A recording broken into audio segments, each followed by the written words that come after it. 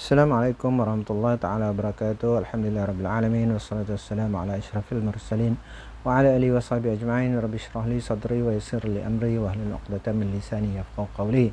Alhamdulillah bertemu lagi kita pada pelajaran sirah kita, sambungan pada muka surat 48, masih lagi di bawah tajuk pembangunan negara Islam, bawah tajuk fungsi masjid. Di bawah fungsi masjid.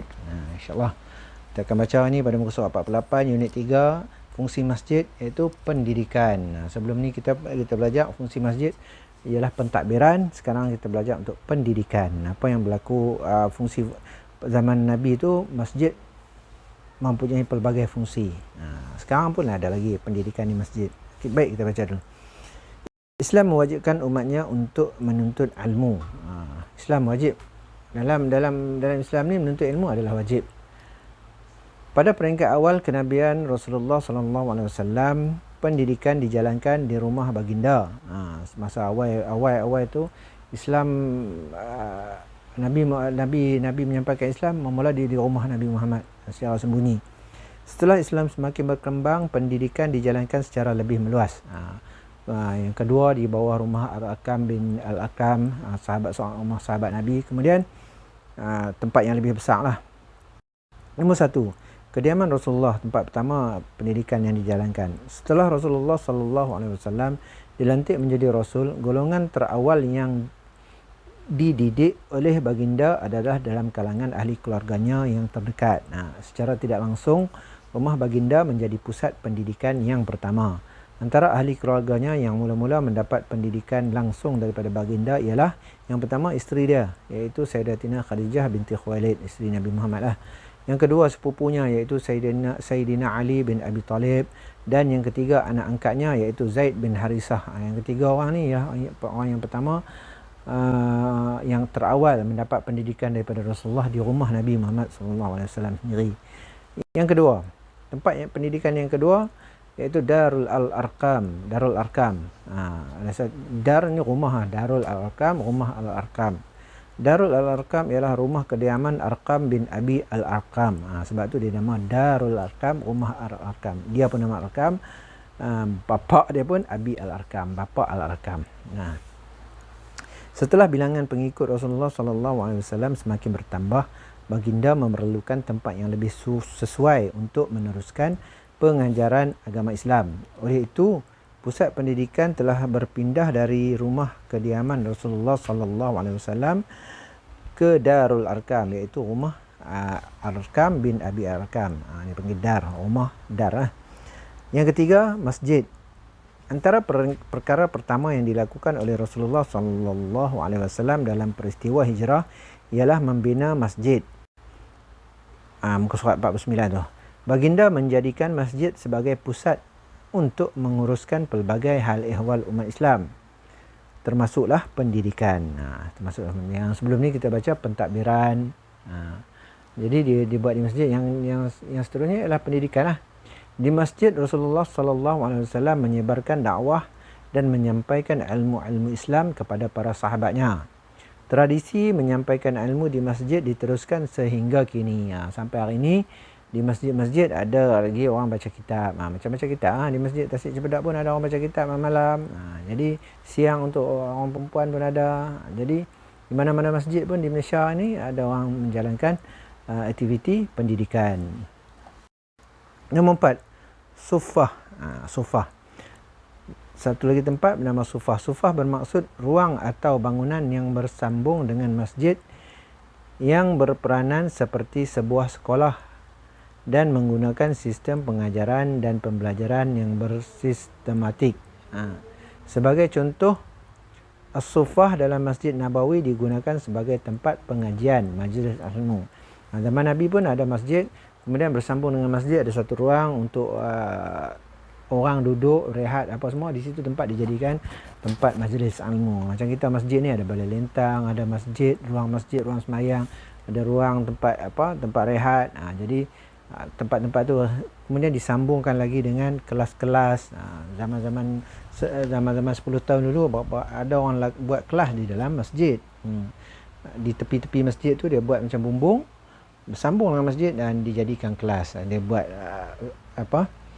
petak-petak ataupun halangan macam dinding-dinding, maka buat ruang-ruang untuk belajar. Yang kelima, kutub. Orang Arab telah menubuhkan kutub untuk memberi pendidikan awal kanak-kanak bagi tawanan perang yang terpelajar. Mereka boleh dibebaskan, tetapi dengan syarat mereka dikehendaki mengajar seramai 10 orang kanak-kanak Islam sehingga kanak-kanak tersebut boleh membaca dan menulis. Syarat tersebut adalah syarat yang telah ditetapkan oleh Rasulullah SAW. Itu diberi nama kutub.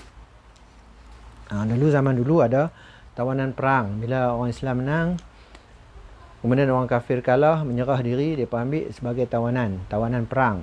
Mereka tangkap, bukanlah, mereka dah menyerah diri kan, mereka ikut sebagai tawanan, balik ke Madinah, ikut Nabi, pergi ke tempat Nabi.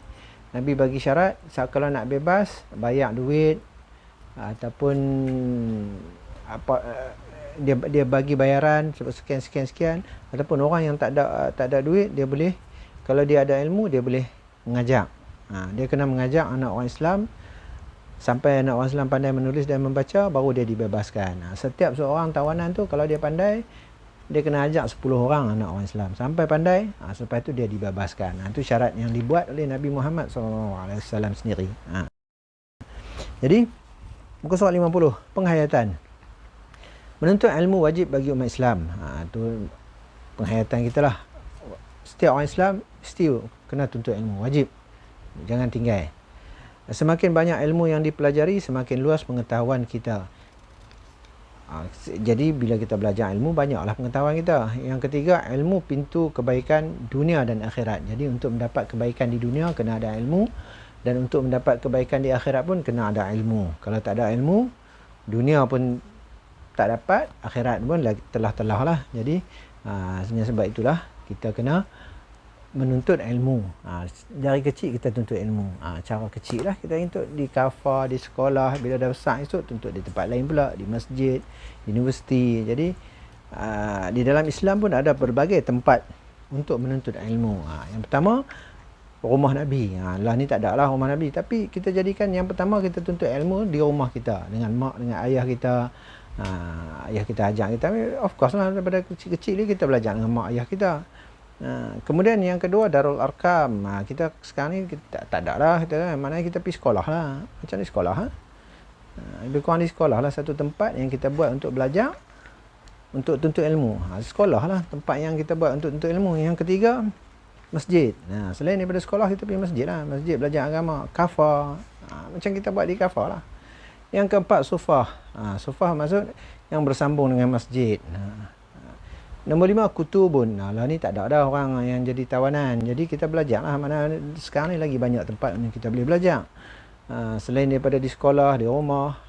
Di rumah macam-macam. Lah ni tambah pula PDPR, pakai handphone, TV, komputer, semua kita boleh belajar. Cuma atas kita ya. Ada benda tu, sama ada kita nak belajar ke nak buat benda lain. Okey. Jadi kita kena belajar lah, sebab menuntut ilmu tu wajib bagi orang Islam. Setiap orang yang mengaku orang Islam tu kena tuntut ilmu. Jangan biar diri jadi orang yang jahil.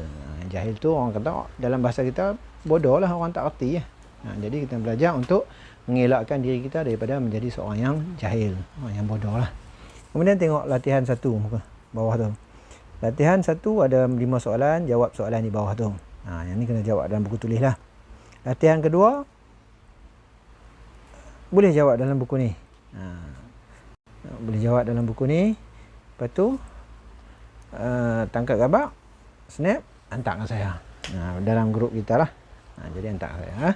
Okey, insyaAllah kita akan sambung lagi pada tajuk yang seterusnya berkenaan dengan pembangunan negara Islam lagi lah. Bawah tajuk pembangunan negara Islam. InsyaAllah pada muka surat 52 kita akan sambung lagi pada minggu depan insyaAllah. Cukup setakat tu untuk kali ini. Assalamualaikum warahmatullahi taala wabarakatuh.